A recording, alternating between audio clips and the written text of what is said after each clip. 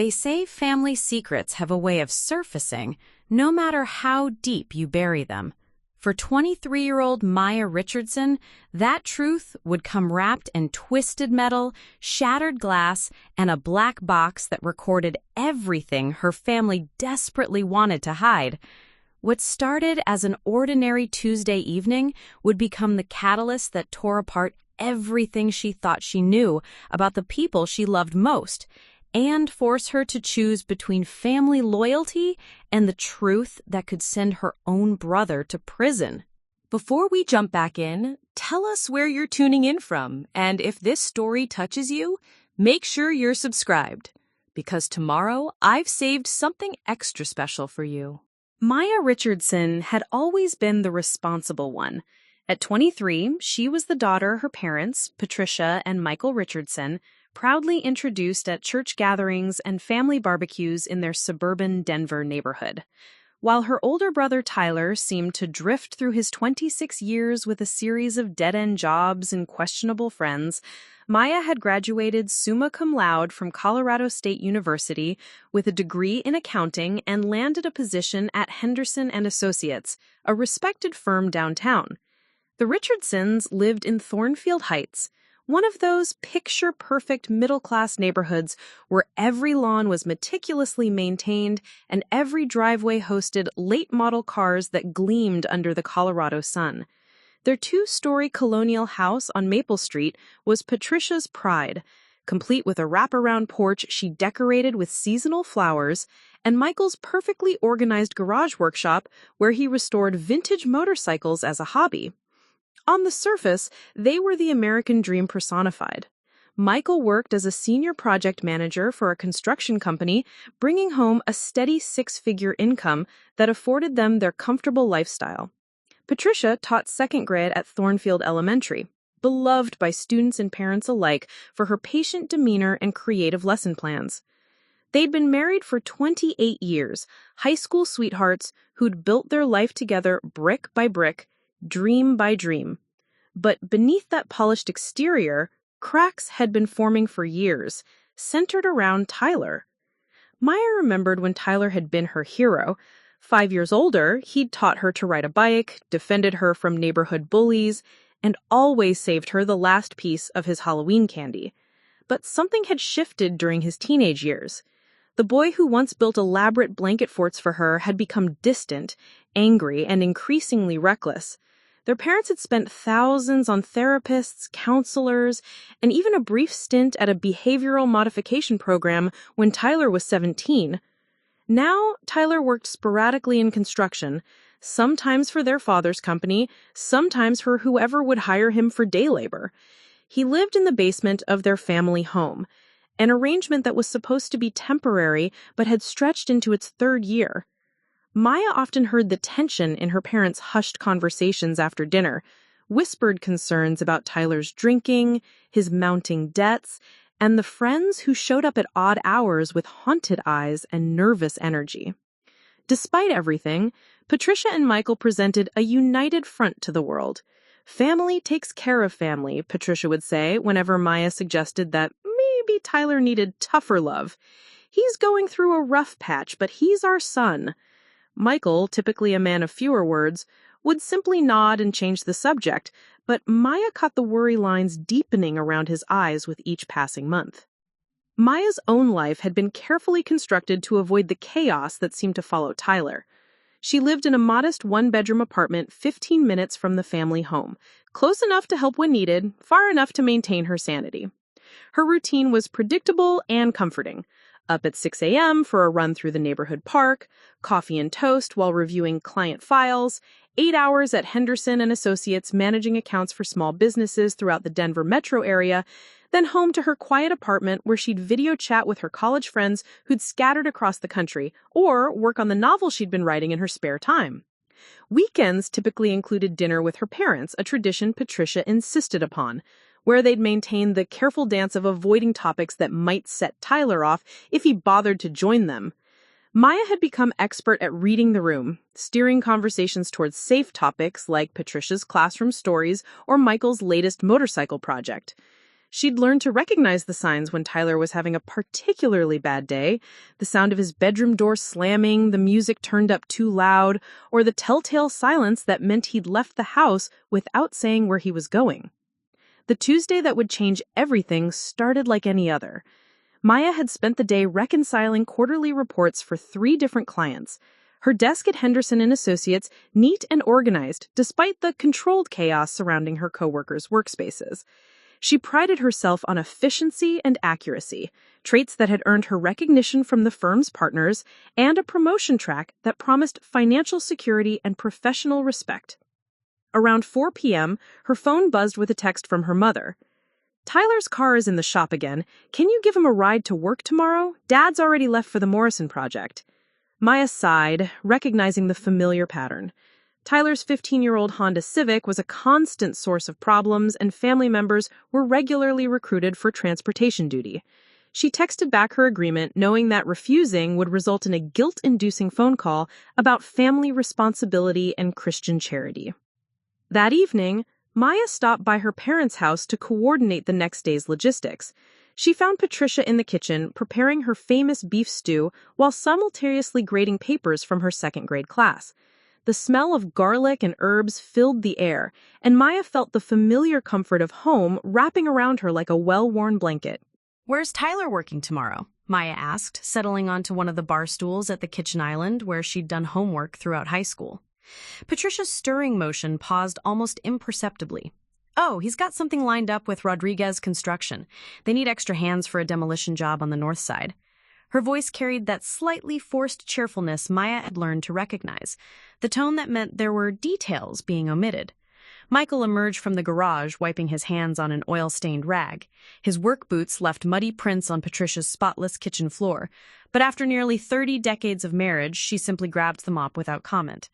"Maya's giving Tyler a ride tomorrow," Patricia informed him.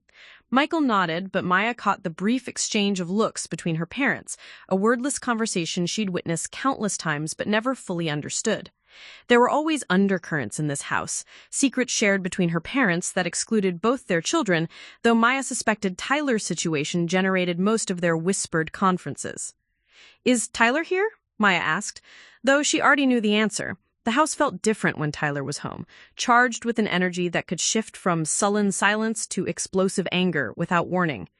"He had some errands to run," Patricia said, which Maya translated as, "He left without saying where he was going, and we have no idea when he'll be back."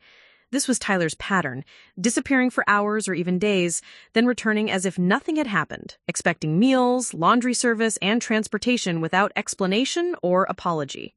Maya stayed for dinner, helping Patricia set the table while Michael washed up. They ate in the dining room. Patricia insisted on maintaining certain standards even when Tyler wasn't there to benefit from them, and conversation flowed easily around safe topics. Patricia shared stories about her students' latest antics, and Michael described the challenges of the Morrison project, a luxury home renovation that was testing his patience with its demanding owners. Nobody mentioned Tyler's absence or the fact that his place setting remained untouched throughout the meal.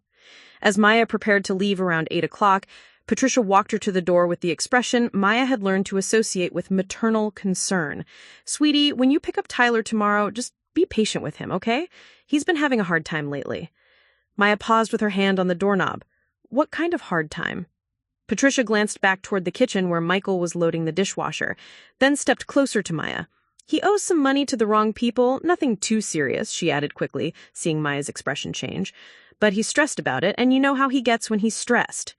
Maya did know. Tyler's stress manifested as aggression, poor decision-making, and a tendency to lash out at whoever was closest when things went wrong. She had learned to recognize the warning signs during their teenage years and had developed strategies for minimizing conflict, but the thought of being trapped in a car with a stressed-out Tyler made her stomach tighten. "Mom, maybe Dad should—" "Your father is already dealing with so much at work, and you're so good with Tyler," Patricia interrupted. "You always know how to calm him down."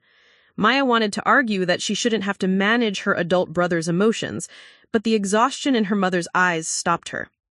Patricia had been managing Tyler's chaos for years, serving as both mediator and shield between him and the rest of the world. The least Maya could do was provide one car ride. "Okay," she agreed. "I'll pick him up at 7:30. Patricia's smile was grateful and relieved. You're such a good sister, Maya. Family is everything, you know? Whatever happens, we stick together. As Maya drove home to her quiet apartment, those words echoed in her mind with an intensity that felt almost prophetic. She had no way of knowing that within 24 hours, the concept of family loyalty would be tested in ways she had never imagined, and that a simple car ride would become the first domino in a chain of events that would force her to question everything she thought she knew about the people she loved most. Preparing and narrating this story took us a lot of time, so if you are enjoying it, subscribe to our channel. It means a lot to us. Now, back to the story. Wednesday morning arrived with the kind of crisp October air that made Denver feel alive with possibility. Maya's alarm went off at 6 a.m. as usual, but instead of her normal routine, she had to factor in picking up Tyler. She skipped her run, opting instead for a quick shower and a granola bar eaten while standing at her kitchen counter, checking emails on her phone. At 7:25 a.m., Maya pulled into her parents' driveway, expecting to find Tyler waiting on the front porch. Instead, she found herself sitting in her silver Honda Accord, engine running, staring at a house that showed no signs of life. The October morning was still dim, and only the porch light illuminated the empty steps. Maya honked twice, short, polite beeps that wouldn't wake the entire neighborhood. Nothing. She pulled out her phone and called Tyler's number, listening to it ring directly to voicemail. His outgoing message was characteristically unhelpful. You know what to do. The beeps seemed to mock her growing irritation. Checking the time, 7:32 a.m., Maya realized she had two choices: go inside and drag Tyler out of bed, potentially making both of them late, or leave him to figure out his own transportation and deal with the family drama that would inevitably follow. The responsible daughter in her chose option 1. Maya used her key to enter through the front door, calling out softly to avoid startling her parents. Tyler, we need to leave. The house smelled like Patricia's morning coffee and the lingering aroma of last night's pot roast. She could hear the shower running upstairs, her father getting ready for another day at the Morrison project. The basement doors stood slightly ajar, and Maya descended the carpeted stairs into Tyler's domain. What she found there stopped her cold. Tyler's basement apartment was a disaster zone that went beyond typical bachelor messiness. Empty beer bottles covered every available surface, some still containing cigarette butts that had been extinguished in the backwash. Pizza boxes were stacked in precarious towers, and clothing lay scattered across the floor like fabric confetti. The air was thick with stale smoke, unwashed laundry, and something else, something chemical and acrid that made Maya's nose wrinkle. But it wasn't the mess that alarmed her most. It was Tyler himself. Her brother sat on the edge of his unmade bed, fully dressed in work clothes that looked like they'd been slept in. His hands were shaking as he tried to lace his boots, and when Maya looked up at Maya's entrance, she saw his eyes were bloodshot and darting, unable to focus on any one thing for more than a second. "Jesus, Tyler, what happened down here?" Maya asked, taking in the scene with growing concern. "Nothing happened," Tyler snapped, his voice hoarse and defensive. "Can we just go? I'm already late." But Maya noticed other details that set off every alarm bell in her head. Tyler's work jacket hung on a chair, and she could see white powder residue on the dark fabric. Next to his bed, a small mirror lay face down alongside a rolled-up $20 bill. The chemical smell she'd noticed was stronger near his nightstand. "Tyler," she said carefully, "are you okay to go to work today?" He shot to his feet with startling aggressiveness, swaying slightly before catching his balance against the dresser. "I'm fine, Maya. God, you sound just like Mom and Dad, always assuming the worst about me." Maya had seen Tyler drunk before, had navigated his hangovers and mood swings throughout their adult years. But this was different. His movements were too sharp, too erratic, and his pupils were dilated despite the bright basement lights. She'd been sheltered from drug culture during her college years, focused on her studies and career goals, but she wasn't naive. The signs were becoming impossible to ignore. "Maybe I should call Dad," Maya suggested. "Tell him you're not feeling well?" "No!" Tyler's voice cracked like a whip through the basement. "Maya, I swear to God, if you call Dad, I'll never forgive you. Rodriguez is expecting me, and I need this job. Do you understand? I need this job." The desperation in his voice was raw and frightening. Maya found herself nodding before she'd consciously decided to agree. Okay, but Tyler, maybe you shouldn't drive. I mean, your car's in the shop anyway, but when it's fixed, I'm not driving, Tyler interrupted, grabbing a thermos from his nightstand and filling it with black coffee from a machine that looked like it hadn't been cleaned in months. You're driving me, remember? That was the whole point. Maya felt a chill run down her spine that had nothing to do with the basement's temperature. Something about Tyler's insistence, the way he was pushing for this particular arrangement, felt wrong. But she couldn't articulate why, and Tyler was already heading for the stairs, expecting her to follow. As they left the basement, Maya caught sight of Tyler's phone charging on the kitchen counter upstairs. The screen lit up with a text notification, and though she only glimpsed it for a second, the preview message made her stomach clench. "Time's up. You know what happens next." Tyler snatched the phone before Maya could process what she'd seen fully, but the tension in his shoulders told her he'd seen it too. "Who was that?" Maya asked as they headed for her car. "Nobody," Tyler said, but his hands were shaking worse now as he climbed into the passenger seat. "Just work stuff." Maya started the engine, still feeling like she was missing crucial pieces of a puzzle that was rapidly becoming dangerous. As she backed out of the driveway, she noticed her mother watching from the upstairs bedroom window, her face pale and worried behind the glass. Patricia raised a hand in a small wave, but her expression remained troubled even after Maya waved back. The drive to the Rodriguez construction site on Denver's north side should have taken 20 minutes in morning traffic. Tyler provided directions in terse, clipped sentences, constantly checking his phone and scanning the mirrors as if expecting to be followed. His leg bounced incessantly, and every few minutes he'd wipe his nose with the back of his hand.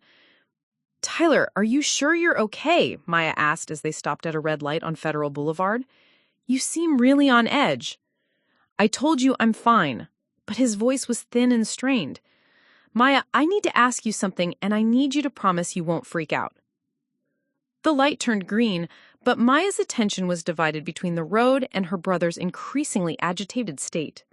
"What kind of promise?" "If something happens, and I'm not saying it will, but if something happens, you have to promise me you won't tell Mom and Dad certain things. About what you saw in the basement, about some of the people I've been hanging around with." Maya's grip tightened on the steering wheel. "Tyler, what kind of trouble are you in?" "Promise me, Maya," his voice was urgent now, almost pleading. "Family protects family, right? That's what Mom always says. Sometimes protecting family means keeping secrets." Before Maya could respond, Tyler's phone buzzed with another message. This time, she caught a glimpse of the sender's name, Marcus, and the beginning of a message that made her blood run cold. "Last chance, Richardson. Pay up or—" Tyler quickly turned the phone face down, but the damage was done. Maya understood now why he'd been so desperate for this job, why he'd been willing to work in his current condition, and why her parents had been having those hushed conversations late at night. "Tyler, how much money do you owe?" Maya asked quietly. He was quiet for so long that Maya thought he might not answer. Then, in a voice barely above a whisper, he said, $15,000. Maya nearly swerved into the next lane. $15,000?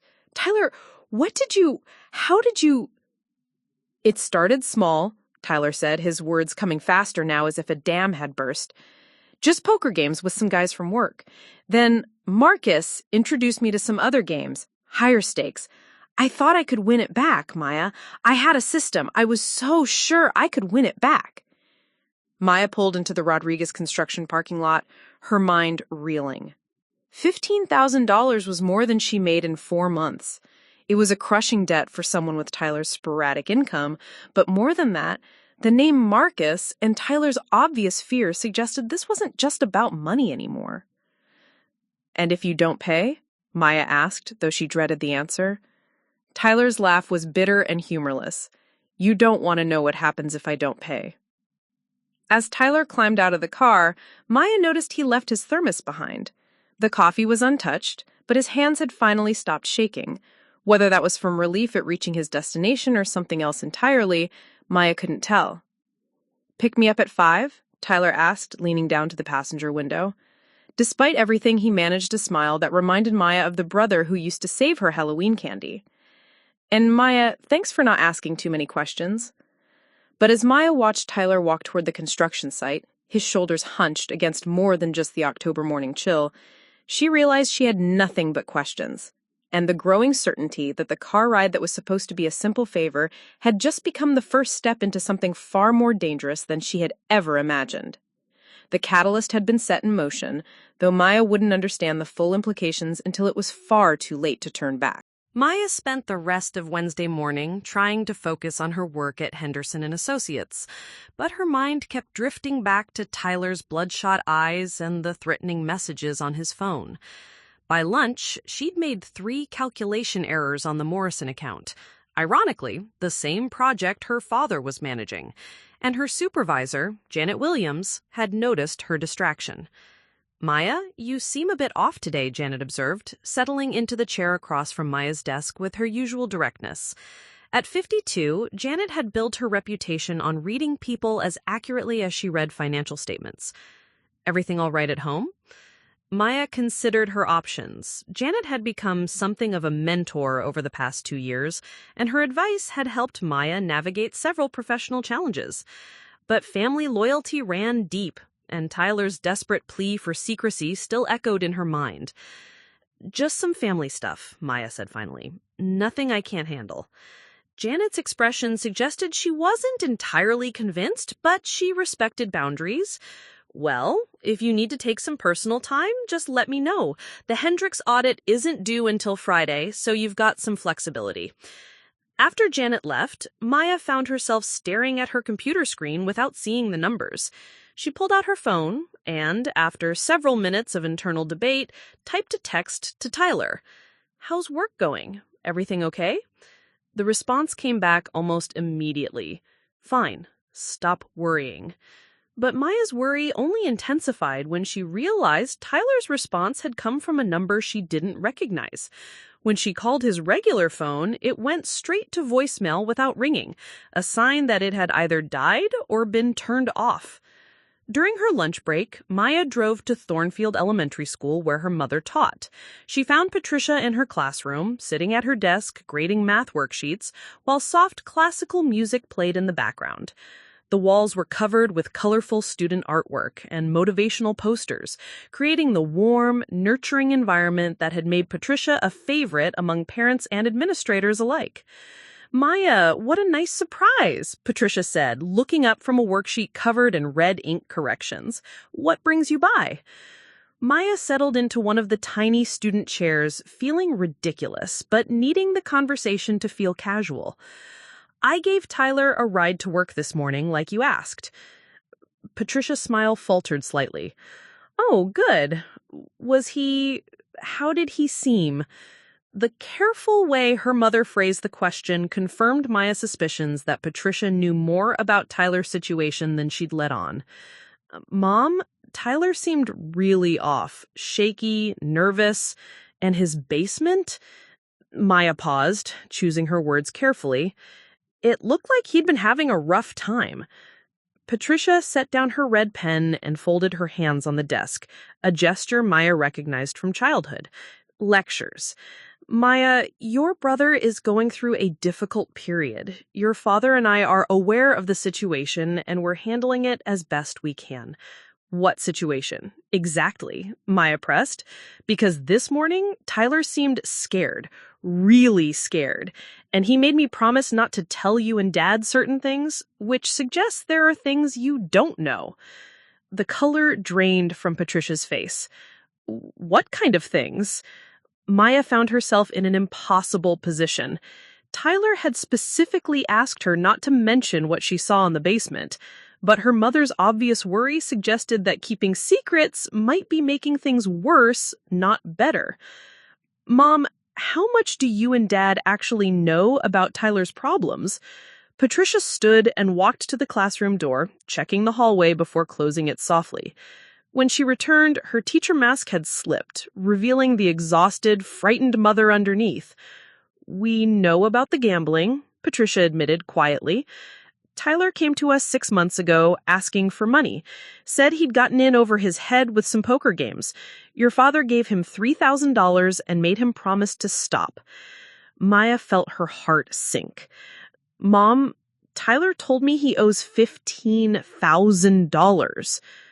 Patricia sank back into her desk chair as if the number had physically struck her. 15,000? She whispered. That's impossible. The 3,000 was supposed to cover everything. And there's more, Maya continued, hating herself for breaking Tyler's confidence, but knowing her mother needed to understand the gravity of the situation. I think he's using drugs, cocaine maybe. His behavior this morning, the way his basement looked. Mom, this isn't just about gambling anymore. Patricia buried her face in her hands, and for a moment she looked far older than her 51 years. When she looked up, her eyes were bright with unshed tears. "Your father can't know about the drugs," she said. "Maya, you have to promise me. If Michael finds out that Tyler is using drugs, he'll throw him out of the house. And if Tyler's really in as much trouble as you think—" She didn't finish the sentence, but Maya understood. Throwing Tyler out might be signing his death warrant if he really owed dangerous people $15,000. "What are we going to do?" Maya asked. Patricia straightened her shoulders, slipping back into the problem-solving mode that had helped her manage difficult students and parents for over 2 decades. "First, we need to find out exactly how bad this is. Tonight, when your father's at his Rotary meeting, I'll talk to Tyler. Get the whole truth." Maya nodded, but something about the plan felt inadequate. They were still operating under the assumption that this was a family problem with a family solution, but the threatening messages on Tyler's phone suggested otherwise. The rest of Maya's workday crawled by with excruciating slowness. Every time her phone buzzed, she expected to see a message from Tyler or her parents. Instead, she received routine work emails and a text from her college roommate asking about weekend plans that seemed to belong to someone else's life entirely. At 4:45 p.m., Maya left the office early and drove toward the Rodriguez construction site. She arrived to find the crew finishing up for the day, workers loading tools into trucks and washing cement dust from their hands with a garden hose. But she didn't see Tyler among them. Maya approached the site foreman, a heavy-set man in his 60s with calloused hands and patient eyes. "Excuse me, I'm looking for Tyler Richardson. I'm supposed to pick him up." The foreman's expression grew puzzled. "Richardson? Nobody by that name worked here today, miss." Maya felt the bottom drop out of her stomach. "Are you sure? My brother, Tyler Richardson. He would have arrived around 8 this morning." "I've been here since 6 a.m., sir. Only had my regular crew today. Nobody knew." Maya thanked him and walked back to her car on unsteady legs. Tyler had lied about working today. But if he hadn't been at Rodriguez Construction, where had he been for the past 8 hours? And why had he needed her to drive him somewhere he wasn't actually going? Her phone rang as she sat in her car trying to process this new information. Tyler's name appeared on the caller ID, but it was still coming from that unknown number. "Maya, I need you to pick me up." Tyler's voice sounded even more strained than it had that morning. "Where are you? Because you sure as hell weren't at Rodriguez Construction." A long pause. "How do you know that?"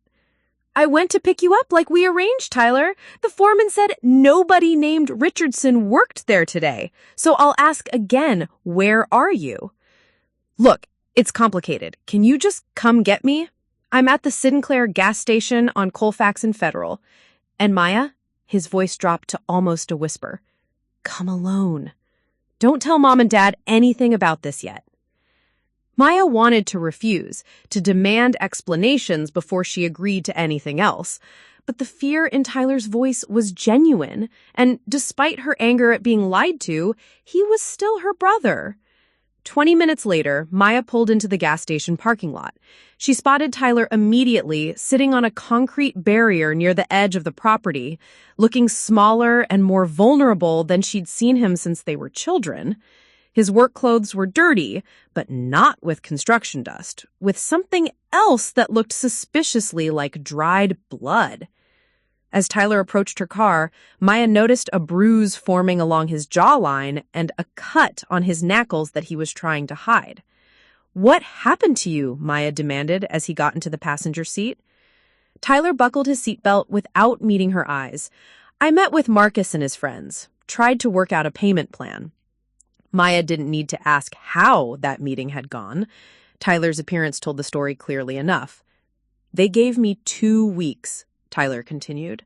2 weeks to come up with the full $15,000 plus another $3,000 in interest.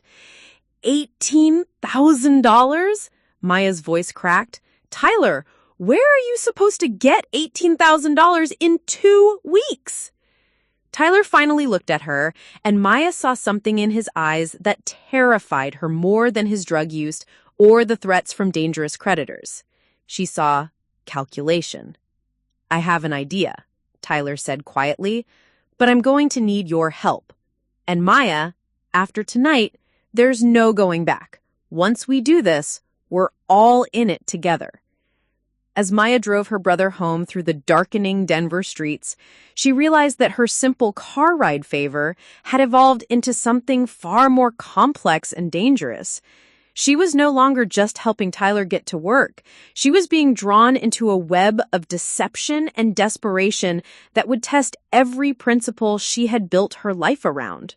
That evening, the Richardson family dinner felt like a carefully orchestrated performance, where everyone knew their lines, but no one believed in the script. Michael arrived home from the Morrison project at his usual 6:30 p.m., greeted Patricia with a tired kiss, and settled into his recliner with the Denver Post while she finished preparing dinner. Tyler emerged from the basement looking cleaner than he had that morning, but Maya noticed he'd positioned himself so his father couldn't see the bruise on his jaw. "How was work today, son?" Michael asked, without looking up from the sports section, following the same routine that had governed their family dinners for years. "Good," Tyler replied, his voice steady despite everything that had happened. "Rodriguez has me on a big demolition project. Looks like steady work for the next few weeks." Maya watched her mother's face carefully as Tyler lied effortlessly to their father. Patricia's expression remained neutral, but Maya caught the slight tightening around her eyes. They were all becoming accomplices in Tyler's deception, though Maya wasn't sure anyone had consciously decided to do so. During dinner, Michael dominated the conversation with stories about the Morrison project. The wealthy homeowners were demanding changes that violated several building codes, and Michael's frustration with entitled clients was a safe topic that required no one else to contribute much to the discussion. Tyler picked at his food, eating very little, while Patricia made encouraging noises at appropriate intervals. Maya found herself studying her family dynamics with new awareness. How long had they been operating this way, she wondered, skating around Tyler's problems with careful conversation and willful blindness? When had protecting Tyler from consequences become more important than helping him face them? After dinner, Michael announced he was going to his Wednesday night Rotary Club meeting, just as Patricia had predicted. The moment his truck pulled out of the driveway, the family's carefully maintained facade crumbled. "Tyler," Patricia said, her voice sharp with barely controlled panic, "Maya told me about the $15,000. Tyler shot Maya a look of pure betrayal. "I asked you not to tell them." $18,000 now, Maya corrected, "and Mom deserves to know what's really going on." Patricia's face went white. 18? What happened to the other 3,000? Tyler slumped back in his chair like a deflated balloon. "Interest. Marcus said since I missed the original deadline, there's a penalty." For the next hour, the truth spilled out in fragments. Tyler revealed details he'd been hiding for months. The poker games had evolved into high-stakes betting on everything from sports games to dice rolls. When he'd lost the initial $3,000 their father had given him, he'd borrowed more money from Marcus to try to win it back. Each loss had led to larger bets and higher stakes until the debt had snowballed beyond any possibility of legitimate repayment. "Marcus runs more than just gambling," Tyler admitted, staring at his hands. "He's connected to people who move drugs, stolen goods, whatever makes money. The debt isn't just about poker anymore, it's about respect and territory and all kinds of stuff I didn't understand when I first got involved." Patricia listened to this confession with growing horror. "Tyler, how could you be so stupid?" "I wasn't trying to be stupid, I was trying to fix things. Do you know what it's like being the family screw-up? Watching Maya succeed at everything while I can't even hold down a job? I thought if I could win some real money, I could finally be someone you and Dad could be proud of." Maya felt a stab of guilt at this revelation. She'd never realized that her achievements had made Tyler feel worse about his own struggles. But before she could process that fully, Tyler continued. Marcus gave me 2 weeks to come up with $18,000 or he's going to make an example of me. And Maya, when I say make an example, I don't mean just beating me up again. I mean putting me in the hospital, or worse. Patricia began crying then, quiet, desperate tears that seemed to come from somewhere deep inside her. What are we going to do?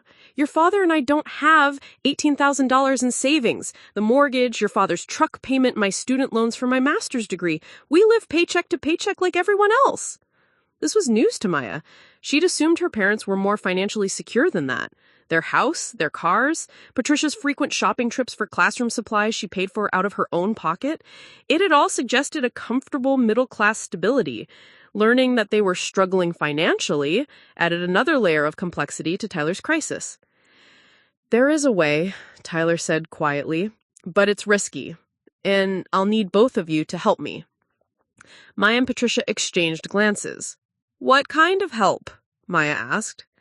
Tyler pulled out his phone, still the unfamiliar number from earlier, and showed them a text message. Marcus isn't just a loan shark. He runs an operation moving stolen merchandise through legitimate businesses. He offered me a job that would clear my debt and pay me $5,000 on top of it. What kind of job? Patricia asked, though her tone suggested she already knew the answer wouldn't be legal. Transport, Tyler said. I pick up a package from one location and deliver it to another. Simple. Except Marcus doesn't trust me to do it alone anymore, not after what happened today. He wants insurance. Maya felt ice forming in her stomach. What kind of insurance? He wants family involved, people with clean records, respectable jobs, no criminal history. People who won't be suspected if something goes wrong. Tyler looked directly at Maya. He specifically asked about you. Me? Maya's voice was barely a whisper. You're perfect for it, Tyler continued, his words coming faster now, as if he was afraid of losing his nerve. You've got a clean record, a good job, you drive a reliable car. You look like exactly the kind of person who would never be involved in anything illegal. Patricia stood up abruptly, her chair scraping against the kitchen floor. Absolutely not. Tyler, I don't care how much trouble you're in, Maya is not getting involved in whatever this is. Mom, listen to me. It's just one job. Maya drives me to pick up a package, we deliver it, and everything's settled. She doesn't have to know what's in the package or who we're delivering it to. As far as she knows, it's just giving her brother a ride, like she did today. Maya found her voice. Except I would know, Tyler. After everything you've told us tonight, I would know exactly what I was helping you do. But you wouldn't be legally responsible. You'd just be the driver. If anything went wrong, you could claim ignorance. Say you thought you were just helping your brother with legitimate business. The room fell silent, except for the hum of the refrigerator and the distant sound of neighborhood dogs barking. Maya stared at her brother, seeing desperation in his eyes, but also something else. A cold calculation that reminded her uncomfortably of the threatening messages he'd received from Marcus. Tyler, Maya said slowly, are you asking me to help you commit a crime? I'm asking you to help me stay alive, Maya. These people aren't kidding around. If I don't clear this debt, they're going to hurt me. And probably you and Mom and Dad too, just to make a point about what happens when people don't pay what they owe. Patricia sank back into her chair, overwhelmed. This is insane. We should go to the police. Tyler laughed bitterly. And tell them what? That I borrowed money from criminals and now they want it back? Mom, I've committed crimes too. The gambling was illegal, and I've done other stuff for Marcus over the past few months. Small things, but stuff that could get me arrested. If we go to the police, I'm the one who ends up in jail. Maya realized she was at a crossroads that would define not just her relationship with her brother, but her own moral compass. Everything she'd worked for, her career, her reputation, her carefully constructed life, could be destroyed by one decision. But Tyler was family, and he was genuinely afraid for his life. "What exactly would I have to do?" Maya asked quietly. Patricia turned to stare at her daughter in shock. "Maya, you can't be serious!" "I'm not saying yes. I'm saying I want to understand exactly what Tyler is asking of me before I decide anything." Tyler leaned forward eagerly. "Saturday night, you drive me to a warehouse in Commerce City. We pick up a package and we deliver it to a house in Aurora. Total time may be 3 hours. Marcus pays me $23,000, 18 to clear the debt, 5 for me to start over with." "And what's in the package?" Maya asked. "I don't ask, and neither should you. The less we know, the safer we are if anything goes wrong." Maya looked at her mother, then back at Tyler. She thought about the bruises on his face, the fear in his voice, the way he'd been living in their basement like a frightened animal. She thought about her parents' financial struggles and the impossible position Tyler's crisis had put them all in. But mostly, she thought about the fact that Tyler was her brother, and despite everything, she loved him. "I need time to think about it," Maya said finally. Tyler nodded, relief visible on his face. "That's all I ask. Just think about it. And remember, Maya, family takes care of family." As Maya drove home that night, those words echoed in her mind with an intensity that felt both comforting and ominous. The deepening had begun, and she was no longer sure which direction would lead to safety. Maya spent Thursday morning at her desk, staring at financial spreadsheets that might as well have been written in ancient hieroglyphics. Every number seemed to blur together as her mind replayed Tyler's desperate proposal from the night before. She'd managed maybe 3 hours of sleep, tossing and turning as she weighed the impossible choice between her brother's life and her own moral principles. By 10 a.m., she'd made up her mind to refuse Tyler's request and instead help her family explore legitimate alternatives. Maybe they could approach a bank for a loan, or perhaps her father's construction company contacts could help Tyler find steady work. There had to be legal solutions they hadn't considered. That resolve lasted until 10:47 a.m., when her phone buzzed with a text from an unknown number. "Your brother has been very chatty about his family. We know where you work, Maya Richardson. Henderson and Associates, 1247 17th Street, Suite 304. Silver Honda Accord, license plate BGH 7429. Pretty car. Would hate to see anything happen to it." Maya's hands trembled as she read the message twice, her blood turning to ice water. Someone, presumably Marcus or one of his associates, had done research on her. They knew her full name, her workplace address, even her license plate number. The implication was clear. Tyler's debt had become her problem, whether she chose to help him or not. She immediately called Tyler's borrowed phone, but it went straight to voicemail. Then she tried calling her mother at school, but Patricia was in class and couldn't talk. Maya felt utterly alone, trapped in her office cubicle with the weight of criminal attention focused on her life. At lunch, Maya drove to Patricia's school again, this time finding her mother in the teacher's lounge, microwaving leftover pasta.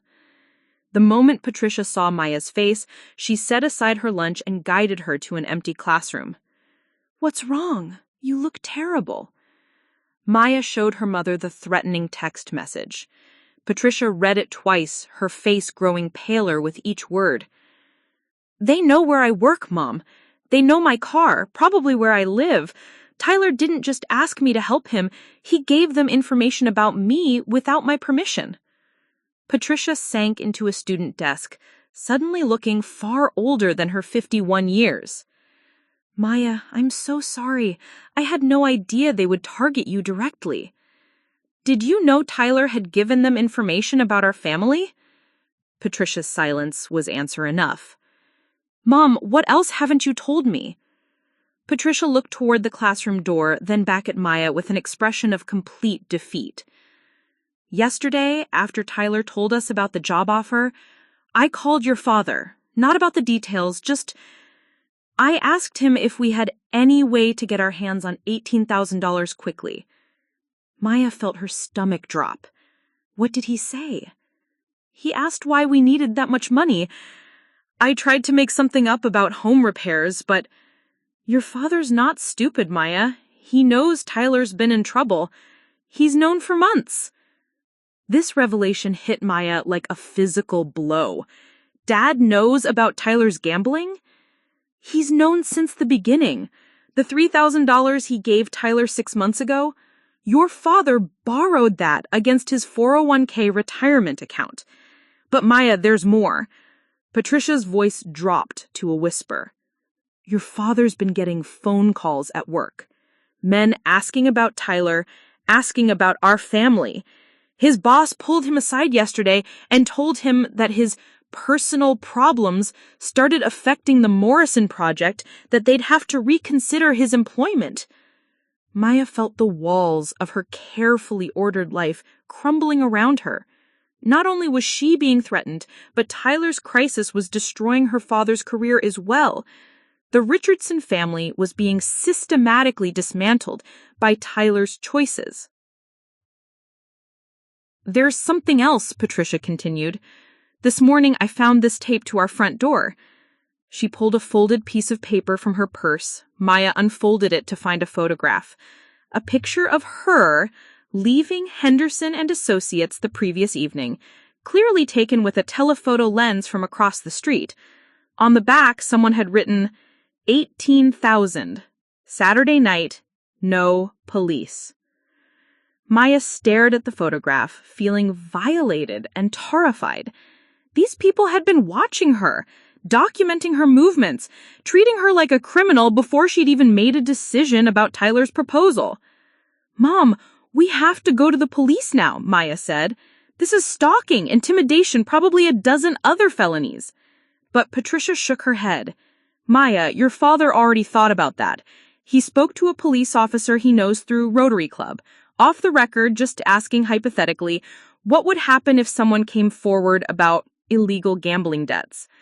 The officer told him that Tyler would likely be arrested for illegal gambling and that the police couldn't provide protection from retaliation unless we were willing to testify in court against these criminals. Maya understood the impossible position they were in. Going to the police might stop the immediate threat, but it would also guarantee that Tyler went to jail and that their family would be marked for retaliation by Marcus's organization.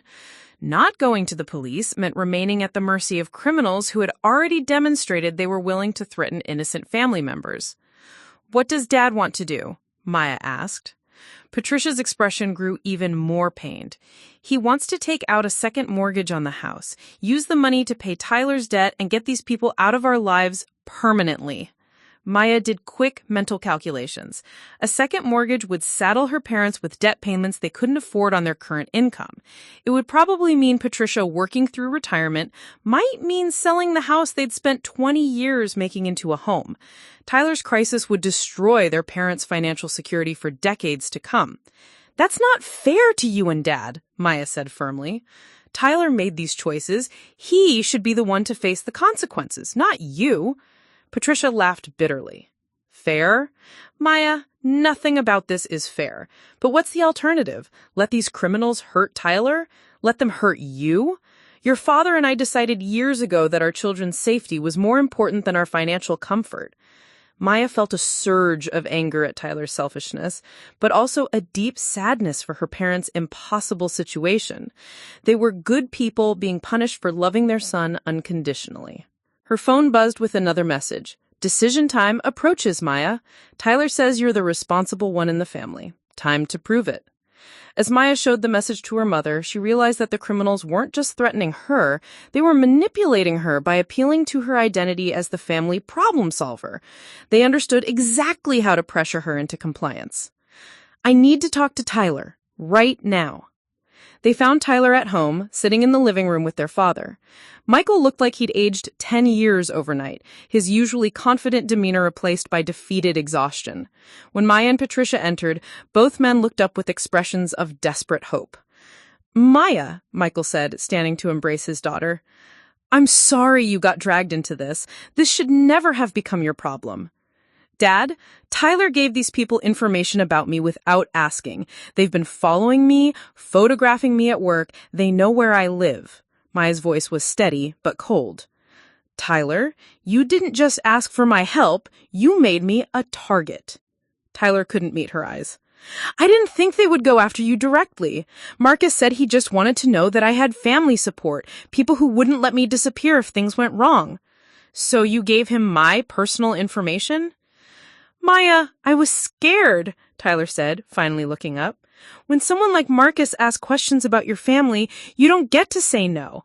I thought if he knew you were successful, responsible, it would make him trust me more.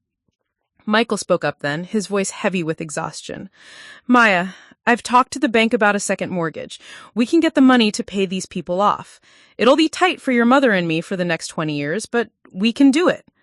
Maya looked around the room at her family, her mother crying silently, her father defeated by circumstances beyond his control, her brother desperate and cornered like a trapped animal. They were all looking to her for a decision that would define the rest of their lives. No, Maya said firmly. Dad, you and Mom are not going to destroy your retirement because Tyler made stupid choices. And Tyler, you're not going to hide behind our family's love anymore. Tyler's face crumpled. Maya, if you don't help me, I'm dead. They're not bluffing about what they'll do. Maya took a deep breath, feeling the weight of responsibility settling on her shoulders like a lead blanket. I'll do the job with you on Saturday night. But Tyler, after this, you're getting help. Real help. Rehab, counseling, whatever it takes. And you're going to pay back every penny that this costs our family. Relief flooded Tyler's face, but Maya continued before he could thank her. And if anything goes wrong, if this job puts our family in more danger instead of less, Tyler, I will never forgive you. Do you understand me? Tyler nodded rapidly. Nothing will go wrong, Maya, I promise. After Saturday night, this whole nightmare will be over. But as Maya looked at her brother's desperate expression, she realized she didn't believe him. The crisis had reached its peak, and she was about to make the biggest mistake of her life. Friday evening came with an unexpected phone call that would change everything. Maya was in her apartment, mechanically eating takeout Chinese food while researching criminal defense attorneys online, a precaution that felt both paranoid and necessary given what she'd agreed to do the next night. When her phone rang, she expected to see Tyler's borrowed number or her parents calling with last-minute anxieties about Saturday's plan. Instead, the caller ID showed Janet Williams from work. Maya, I hope I'm not calling too late, Janet said, her usually business-like tone carrying an unusual note of concern. I've been thinking about our conversation yesterday, about your family situation. Are you free to talk? Maya hesitated. Janet was her supervisor and mentor, but she was also someone Maya respected too much to lie to directly. I'm here. What's on your mind? Maya, I need to ask you something, and I want you to know this conversation is completely off the record. Are you in some kind of legal trouble? The question hit Maya like a sledgehammer. Why would you think that? Janet was quiet for a moment. This afternoon, 2 men came to the office asking about you. They claimed to be process servers, said they had legal documents to deliver, but they were asking awfully specific questions about your schedule, what time you usually leave work, whether you drive alone. Maya felt her blood turn to ice. Marcus's people had been to her workplace, potentially compromising her professional reputation along with everything else. Maya, I've been in accounting for 23 years. I've seen employees get involved in all kinds of personal dramas, and I know what process servers look like. These guys weren't process servers. They were the kind of men who make people nervous just by walking into a room. Maya found herself crying, quiet tears of frustration and fear that she'd been holding back for days. Janet, I can't explain what's happening, but you're right to be concerned. Honey, are you in danger? The simple question, asked with genuine care by someone who had nothing to gain by getting involved, broke something loose in my chest. For the first time since this nightmare began, someone was asking about her safety, rather than what she could do to fix everyone else's problems. I think I might be, Maya admitted. Maya, listen to me carefully. I'm going to give you some information, and what you do with it is entirely up to you. But I think you need to know that you have options you might not have considered. Janet proceeded to tell Maya about her younger brother, David, who had gotten involved with a loan shark 15 years earlier. Like Tyler, David had been in over his head with gambling debts and felt trapped by threats against his family. But, unlike the Richardson family's approach, Janet's parents had made a different choice. We went to the FBI. Not the local police, the FBI.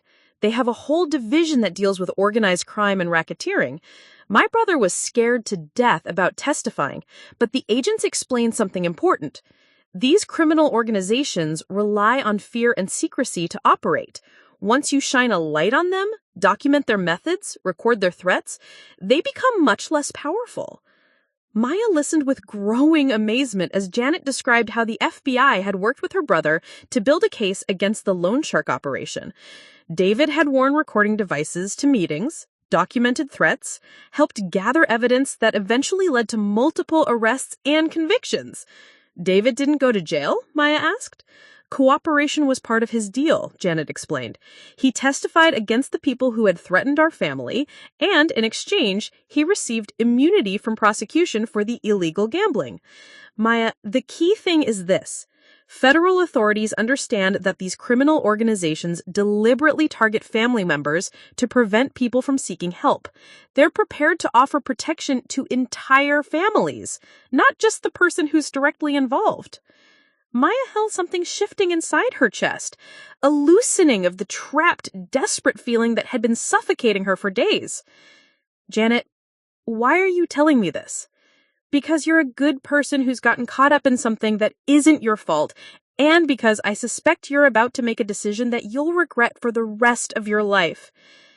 After ending the call with Janet, Maya sat in her apartment staring at her phone for a long time. Then she opened her laptop and began researching the FBI's organized crime division. What she found gave her the first real hope she'd felt since Tuesday morning.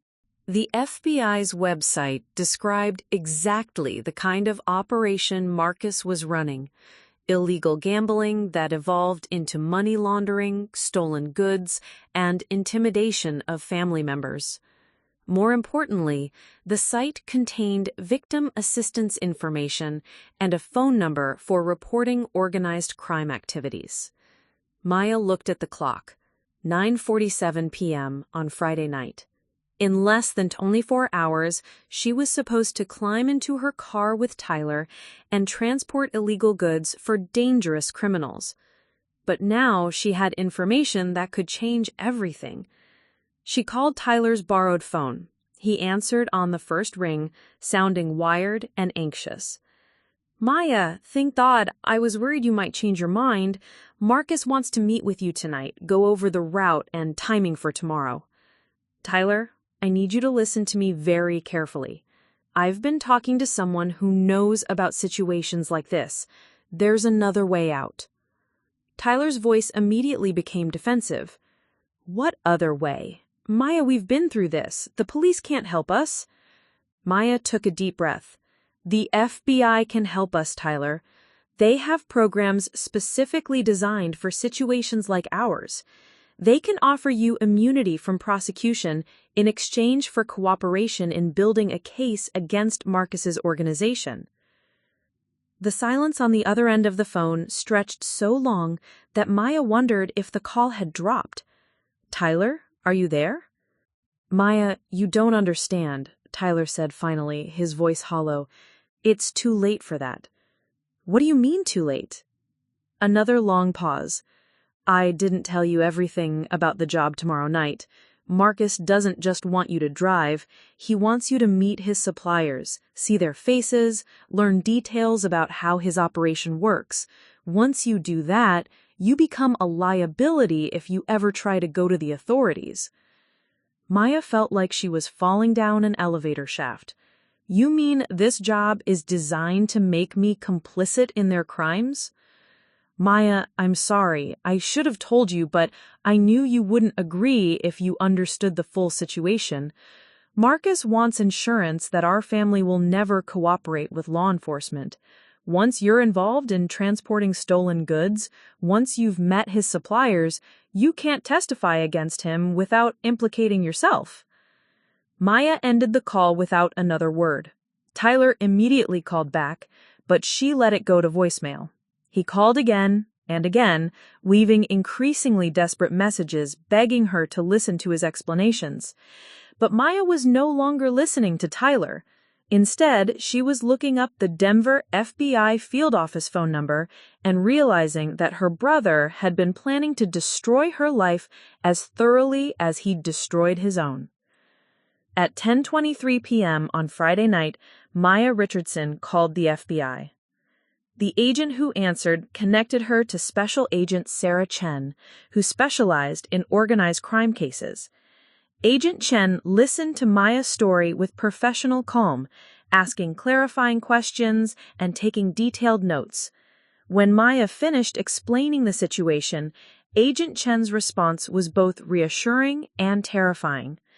Ms. Richardson, based on what you've told me, you and your family are victims of criminal intimidation and extortion. The organization your brother has become involved with matches the pattern of several cases we're already investigating. Several cases? Maya asked. This Marcus operates a fairly large network. Your brother isn't his first victim, and you wouldn't be his first accomplice recruited through family pressure.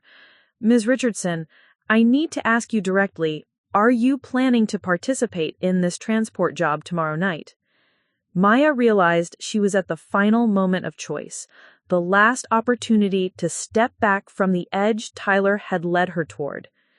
No, she said firmly, I'm not going to do it.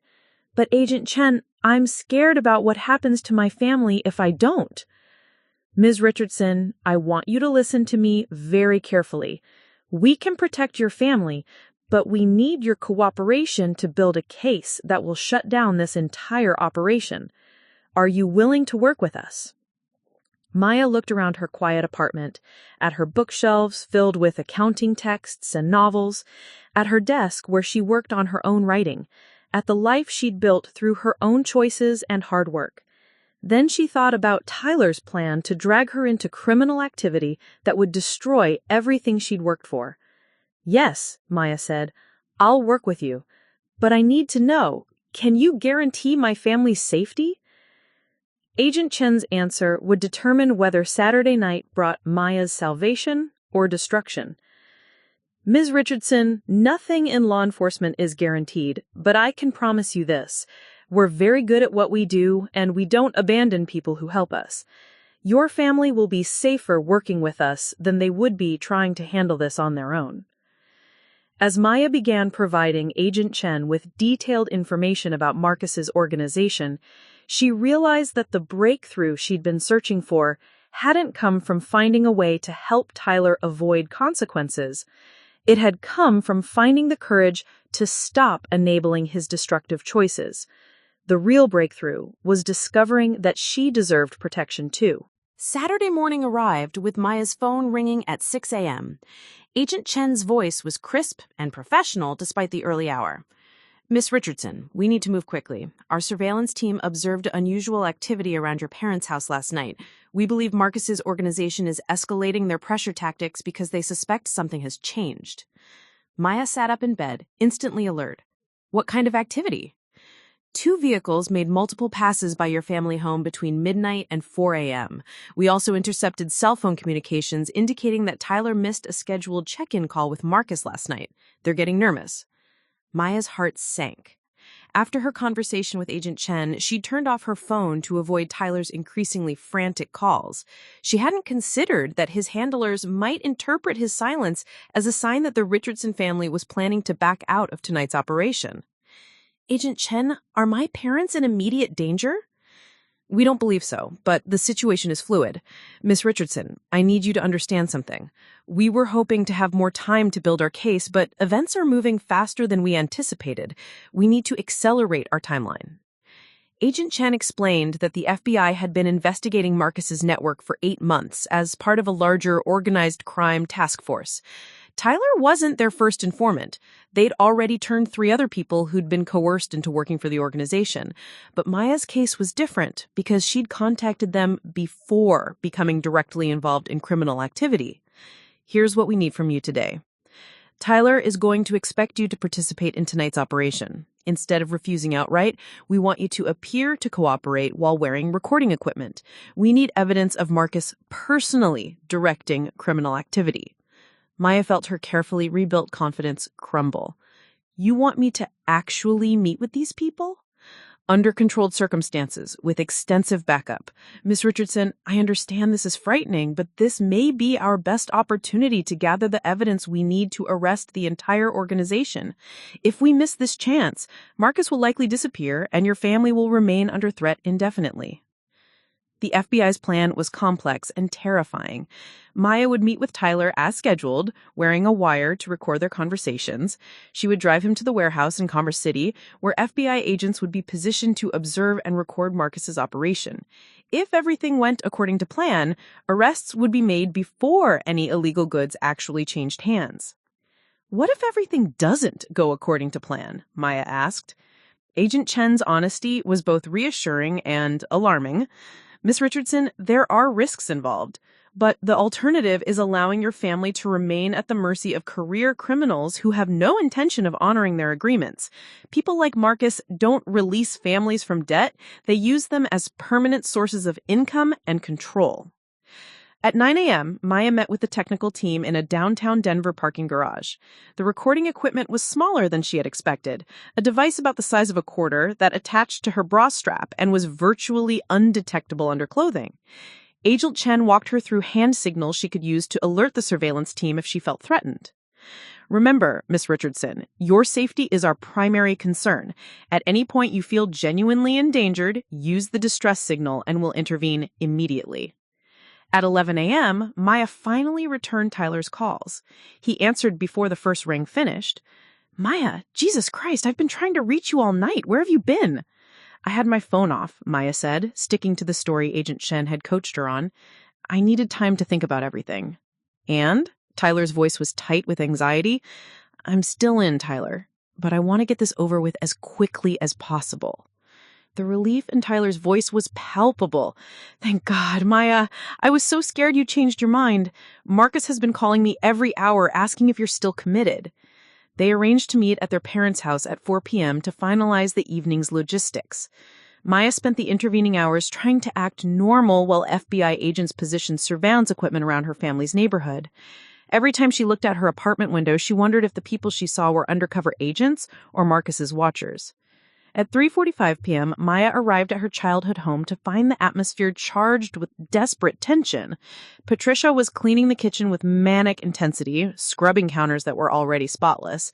Michael sat at the dining room table surrounded by financial documents, loan applications, refinancing paperwork, and retirement account withdrawal forms. Dad, what's all this? Maya asked. Michael looked up at exhausted eyes. Backup plans. If something goes wrong tonight, if these people don't honor their agreement with Tyler, I want to be ready to pay them off quickly. Maya felt a stab of guilt, knowing that her father was prepared to destroy his financial future for a crisis that FBI agents were about to resolve. But she couldn't explain without potentially compromising the operation. Tyler emerged from the basement looking cleaner than he had in days, but Maya noticed his hands were still shaking. He'd clearly used something to help calm his nerves. Probably cocaine, though she couldn't be certain. Maya, Marcus wants to meet with you before we go to the warehouse, Tyler announced. Just for a few minutes, so he can explain how tonight will work. This wasn't part of the FBI's plan. Agent Chen had expected Maya to interact with Marcus at the warehouse, not beforehand. Maya tried to think of a way to stall without arousing suspicion. Where does he want to meet? Neutral ground. There's a 24-hour diner on Colfax called Murphy's. He'll be in the back booth at 6 p.m. Maya excused herself to use the bathroom and immediately sent a text message to Agent Chen using the coded system they'd established. Plan change. Meeting M at Murphy's Diner, 6 p.m. The response came back within seconds. Understood. We'll adjust positioning. Stay calm. At 5:45 p.m., Maya and Tyler drove toward Murphy's Diner in Maya's Honda Accord. Tyler was fidgeting constantly, checking his phone and scanning the mirrors. "Tyler, are you high right now?" Maya asked directly. "Just a little something to calm my nerves," Tyler admitted. "Maya, I need you to know, whatever happens tonight, I'm grateful. I know I've screwed up everything, put our whole family at risk, but you're saving my life by doing this." Maya looked at her brother and felt a complex mixture of love, anger, and sadness. Despite everything, Tyler genuinely believed he was the victim in this situation. He'd convinced himself that his poor choices were just bad luck, that his family's sacrifice was necessary rather than tragic. Murphy's Diner was exactly the kind of place where criminal meetings happened in movies, dimly lit, half-empty, with vinyl booths that had seen better decades. Maya spotted Marcus immediately in the back booth, a well-dressed man in his 40s with cold eyes and manicured hands that suggested violence was just another business tool. Two other men sat at nearby tables, clearly Marcus's security. Maya noticed that FBI surveillance would be challenging in such a confined space, but she had to trust that Agent Shen's team knew what they were doing. "Maya Richardson," Marcus said as she slid into the booth opposite him. His voice was cultured, almost friendly. "Tyler's told me so much about his responsible little sister." Maya forced herself to maintain eye contact despite her terror. "I just want to get this over with." Marcus smiled, but the expression didn't reach his eyes. "Straight to business. I respect that. Maya, your brother owes me a considerable sum of money, plus interest, plus penalties for his recent unreliability. Tonight's job will clear that debt completely, but only if everything goes exactly according to plan." Marcus outlined the evening schedule in detail. Maya would drive Tyler to a warehouse in Commerce City at 8 p.m. They would load a package into her car. Marcus didn't specify what kind of package, but his tone suggested it wasn't legal merchandise. From there, they would drive to a house in Aurora and deliver the package to Marcus's buyer. "Simple transportation," Marcus concluded. "But Maya, I need you to understand something important. Once you see my suppliers, once you know the details of how my business operates, you become part of my organization. There's no going back to your normal life after tonight."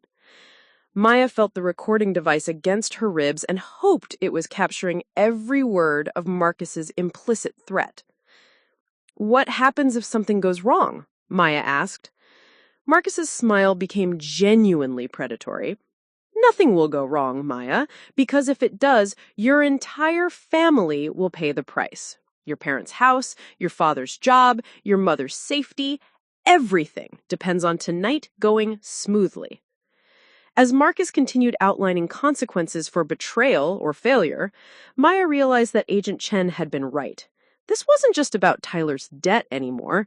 It was about permanent control over her family through fear and complicity. The final push was beginning, and Maya was about to find out whether her decision to trust federal agents over family loyalty would save them all or destroy everything they'd ever loved. At 7:55 p.m., Maya pulled into the parking lot of the Commerce City warehouse with Tyler beside her, both of them silent and tense. The industrial complex was exactly the kind of place where illegal business flourished, dimly lit, isolated, with multiple escape routes and minimal legitimate foot traffic. Maya's hands were steady on the steering wheel, but her heart hammered against the recording device taped to her ribs. "There's Marcus's car," Tyler said, pointing to a black Mercedes sedan parked near the warehouse's loading dock. "Maya, remember what he said about staying calm and following instructions exactly." As they approached the warehouse entrance, Maya caught sight of what looked like a utility van parked across the street. FBI surveillance, she hoped, though she couldn't be certain. Agent Chen had warned her that the arrest team would remain invisible until the moment they moved in. Marcus greeted them at the warehouse door with two associates Maya hadn't seen before, a thin man with prison tattoos covering his arms, and a younger guy who kept checking his phone nervously. The industrial complex was exactly the kind of place where illegal business flourished, dimly lit, isolated, with multiple escape routes and minimal, legitimate foot traffic. Maya's hands were steady on the steering wheel, but her heart hammered against the recording device taped to her ribs. "Right on time," Marcus said approvingly. "Maya, Tyler, meet Carlos and Jamie. They handle the supply side of my operation." Carlos opened one of the wooden crates, revealing dozens of high-end electronics still in their retail packaging: tablets, smartphones, laptops. Maya realized she was looking at hundreds of thousands of dollars worth of stolen merchandise. "Tonight's delivery is special," Marcus explained, his voice echoing in the empty warehouse. "My buyer in Aurora is launching a new distribution network. These devices will be shipped to 5 different cities by tomorrow night." Jamie began loading electronics into cardboard boxes, while Marcus continued talking. Maya focused on staying calm and letting the recording device capture everything: names, locations, details about the broader criminal network. "Maya, I want you to understand exactly what kind of business you're joining," Marcus said, walking closer to her. "This isn't just about moving some stolen phones. We're talking about a multi-state operation worth millions of dollars annually. The people you're meeting tonight represent the kind of connections that can make someone very wealthy." Tyler shifted nervously beside Maya. "Marcus, I thought this was just about clearing my debt." Marcus's smile turned cold. "Your debt, yes, but Maya's involvement opens up new possibilities. A young woman with a clean record, a respectable job, access to business banking systems. Someone like Maya could be very valuable to our organization long term." Maya felt ice forming in her stomach as she realized Marcus had never intended to let her walk away after one job. This entire arrangement was designed to recruit her permanently into his criminal network. "I just want to pay Tyler's debt and be done with this," Maya said carefully. "Oh, Maya," Marcus laughed, "you're already done with your old life. The moment you walked into this warehouse, you became an accessory to moving stolen merchandise worth over $300,000. You think you can just go back to your accounting job after tonight? You think the FBI would believe you were an innocent victim if they ever investigated my operation?" Carlos finished loading the boxes and handed Maya a set of keys. "The address is 2847 Maple Creek Drive in Aurora. Ask for Vincent. He'll be expecting you by 10 p.m. As Maya took the keys, she noticed Carlos's hands were stained with what looked like dried blood. The casual violence implied by that detail made her grateful for the invisible FBI presence she hoped was surrounding the warehouse. "One more thing," Marcus said as Maya and Tyler prepared to leave. "Maya, your father works for Richardson Construction, correct? Michael Richardson, Senior Project Manager?" Maya's blood turned to ice. "Why?" "I'm expanding my operation to include construction fraud, inflated invoices, phantom subcontractors, materials that disappear from job sites. Your father's position could be very useful in that expansion." Maya realized that Marcus wasn't just recruiting her, he was planning to corrupt his entire family. Tyler's debt had been the opening move in a larger strategy to gain control over multiple family members with different skills and access points. "I think there's been a misunderstanding," Maya said, her voice stronger than she felt. "I agreed to drive Tyler tonight to clear his debt, that's all." "Oh, Maya," Marcus laughed, "you don't get to decide what this is about anymore. You're in my world now, and in my world, people do what I tell them to do." That was the moment Maya gave the distress signal Agent Chen had taught her, touching her left earring twice while appearing to brush hair from her face. What happened next unfolded with shocking speed. The warehouse doors exploded inward as FBI agents in tactical gear flooded the space from multiple entry points. Bright lights blazed throughout the building as Agent Chen's voice boomed through a megaphone. "FBI! Nobody move! Hands where we can see them!" Marcus spun towards Maya with fury in his eyes, but Carlos grabbed his arm. "It's over, man. She's wired." Tyler stared at Maya with complete betrayal and disbelief. "Maya, what did you do?" "I saved our family," Maya replied, raising her hands as agents secured the scene around them. The arrests took less than 10 minutes. Marcus, Carlos, and Jamie were handcuffed and led away, while Agent Chan approached Maya with obvious relief. "Miss Richardson, are you injured?" "I'm okay," Maya said, though her legs were shaking now that the immediate danger had passed. Agent Chen, Tyler didn't know about the FBI operation. He thought I was actually going through with the job. Agent Chen noted, "We'll sort that out. Tyler's cooperation will be a factor in his case, but Maya, you should know, your recording captured everything we needed. Marcus essentially confessed to running a multi-state criminal enterprise." Tyler was handcuffed but not arrested immediately. Agent Chen explained that his cooperation in the investigation, combined with his status as a victim of criminal coercion, would likely result in probation and mandatory rehabilitation rather than prison time. "Tyler," Maya said as agents prepared to transport him to FBI headquarters for debriefing, "I'm sorry I couldn't tell you about working with the FBI, but I couldn't let you destroy our family." Tyler looked at her with a mixture of anger and grudging respect. "Maya, I hate that you lied to me, but thank you for not letting me destroy you too." 3 months later, Maya sat in a federal courtroom watching Marcus receive a 20-year sentence for racketeering, money laundering, and criminal intimidation. Carlos and Jamie had already pled guilty and were serving shorter sentences in exchange for testimony against Marcus's network. Tyler was in court too, but as a witness rather than a defendant. His cooperation with the investigation had earned him a plea agreement requiring 2 years of probation, weekly drug testing, and participation in a gambling addiction treatment program. He'd moved out of his parents' basement and into a supervised living facility that helped former addicts find employment and rebuild their lives. Maya's testimony had been crucial in securing Marcus's conviction. She described the threats against her family, the attempts to recruit her into permanent criminal activity, and Marcus's plans to corrupt her father's construction business. The recording device had captured hours of incriminating conversation that prosecutors used to build their case. But perhaps more importantly, Maya's decision to work with the FBI had inspired other victims of Marcus's organization to come forward. 7 other families had contacted authorities after news of the arrests became public, leading to additional charges and the complete dismantling of Marcus's network. 6 months after that terrifying Saturday night, Maya was back at Henderson Associates, but with a new perspective on her life and priorities.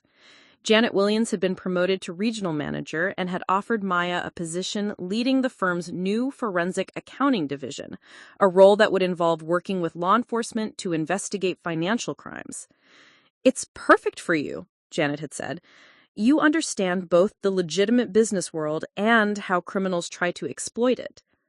Maya's parents had struggled initially with learning about her cooperation with the FBI. Patricia had been hurt that Maya hadn't trusted them with the truth, while Michael had been angry that she had taken such risks without consulting the family. But as the full scope of Marcus's plans became clear through court proceedings, both parents had come to understand that Maya's choice had saved them from decades of criminal exploitation. On a warm Sunday evening in late spring, Maya sat on her parents' front porch with Patricia and Michael, watching neighborhood children play in the street, just as she and Tyler had done 20 years earlier. The houses looked the same, the lawns were still meticulously maintained, but everything felt different now. "Do you think Tyler's going to be okay?" Patricia asked, a question she had posed dozens of times over the past months. "I think Tyler is going to be whatever he chooses to be. But for the first time in years, his choices won't put our family in danger." Michael reached over and squeezed Maya's hand. "You know, I spent months thinking about how I failed as a father, how I should have seen Tyler's problems earlier, done something different. But watching you handle this situation, Maya, I'm proud of the woman you've become. You saved our family." Maya smiled, finally feeling at peace with the decision she had made. She'd learned that family loyalty didn't mean enabling destructive behavior or sacrificing her own principles to protect people from the consequences of their choices. Real love sometimes meant setting boundaries, seeking help from outside authorities, and refusing to be dragged down by someone else's poor decisions. The black box in this story hadn't been in a car. It had been the recording device that captured the truth about Marcus's criminal organization. And that truth had ultimately set them all free. As the sun set over Thornfield Heights, Maya reflected on how dramatically her life had changed in just 6 months. She'd gone from being the responsible daughter who quietly managed family crises to being someone who understood that responsibility sometimes meant making difficult choices that others wouldn't understand or appreciate. The new reality was better than the old one, even though it had been forged through fear, danger, and the painful recognition that people you love can make choices that threaten everything you hold dear. Maya Richardson had learned to choose truth over loyalty, justice over family secrecy, and her own future over the comfortable lies that had once held her family together. And in making those choices, she had finally discovered what real strength looked like. Up next, you've got 2 more standout stories right on your screen. If this one hits the mark, you won't want to pass these up. Just click and check them out. And don't forget to like, subscribe, and turn on the notification bell so you don't miss any upload from us.